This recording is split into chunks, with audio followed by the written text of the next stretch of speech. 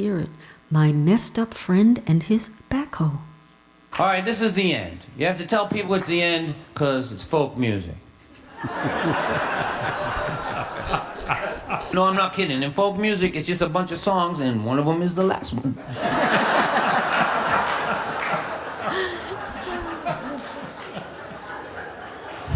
If you don't tell them, how would they know? Now, if this was a rock show, I wouldn't have to tell you it was the end. There would be smoke and laser beams and women coming down in cages. All right. Probably wouldn't be the first time in Pontiac, I don't think. Might get you arrested in Ann Arbor, though. Anyway, I want to leave you with this little story here. This is about my friends. I got some friends. I love them, but they're messed up. You got friends like that? Messed up friends? Yeah, some of you are the messed up friend, aren't you? Well, I've been on both sides of it myself. You love your messed up friend. Usually they got some reason, good reason to be messed up. They just got divorced, they're on the wrong medication, something happened to them. But they're kind of always down in the dumps. So one day you look out your window and you see your messed up friend driving a backhoe into your yard. And you think to yourself, you know, this is a new one. And while you're looking out your window, your messed up friend digs an 8-foot hole in your yard. And then he rings your doorbell, and he climbs down off the porch, and while you're coming to the door, he jumps down in the hole. And you walk over, and there's your friend standing next to his backhoe in the big hole in your yard, and you say, hey, what's happening?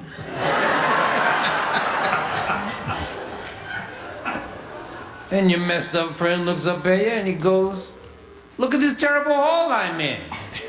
And you say, I just saw you dig that hole. And he says, no. I didn't do this to myself. Somebody else did this to me. The responsibility lays elsewhere. It's the government. It's my job. It's my kids. It's the pressure. I can't stand it. My life is a mess. Blah, blah, woof, woof. And what they want is for you to climb down in there with them, so you can see how terrible the world looks from where they are. Now, we've been listening to me for a long time, so when I say that I'm not a genius, you all have to agree with me. But I know one thing. If I climb down in that hole with my messed up friend and you walk by, what are you going to see? 2 idiots in the hole.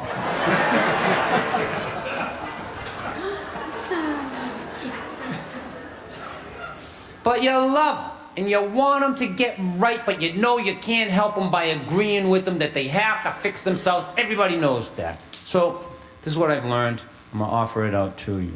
What I do when I'm in this situation is that I paint a portrait of my friend. Now, I'm speaking figuratively. Nobody would want an actual portrait of themselves that I drew, okay? Are you with me on this?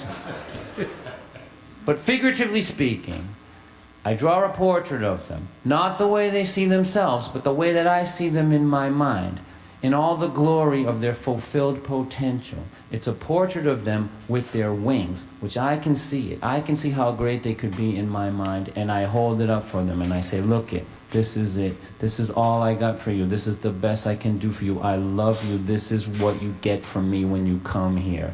And what happens is, it infuriates them. And they climb back up in their backhoe and they go away. Probably go over your house.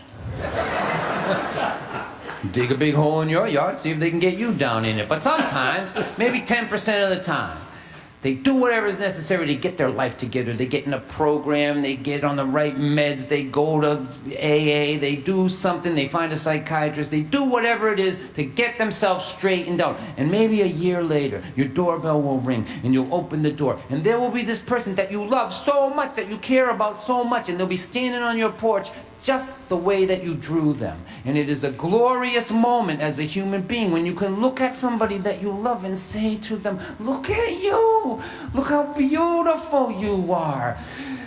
Aren't you glad I didn't climb down in that hole with you? Aren't you glad I didn't agree with your ridiculous view of yourself and of the world? Look how beautiful you are, look at your wings.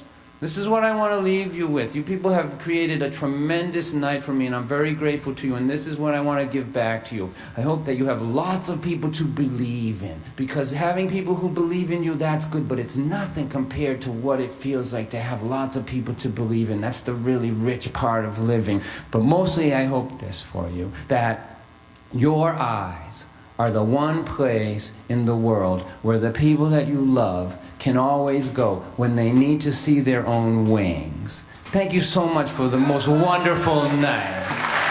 And thank you to Don White.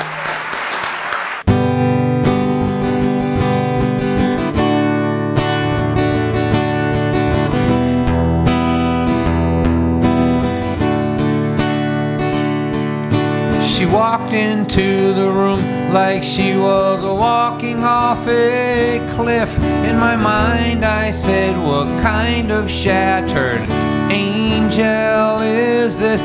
Her walk said, I've surrendered, and her face, I've had enough.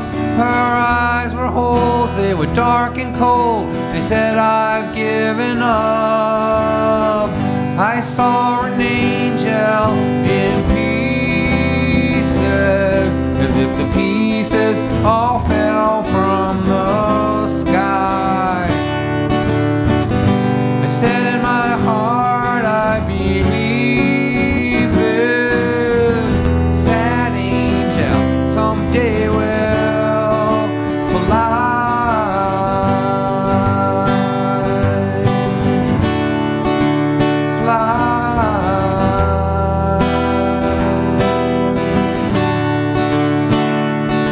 You know, life rains down so hard upon some people that we know. It tears their faith and hope away, and they walk around like ghosts, and we see them as they are breaking, and as their spirit dies, but deep inside we still believe they will come alive and fly.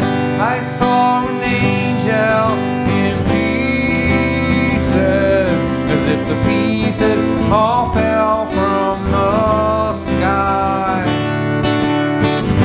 I said in my heart, I believe this sad angel someday will fly.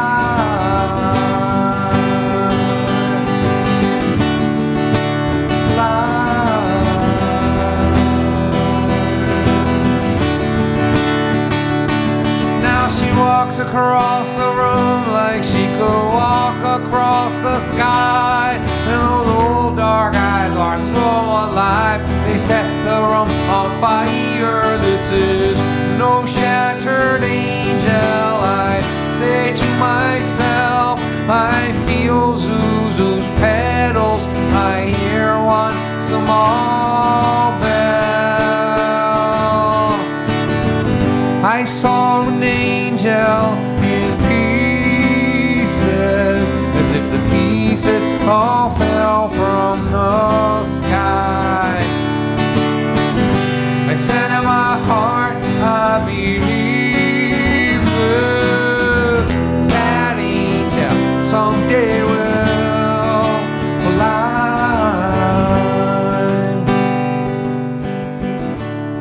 Look how beautiful you are.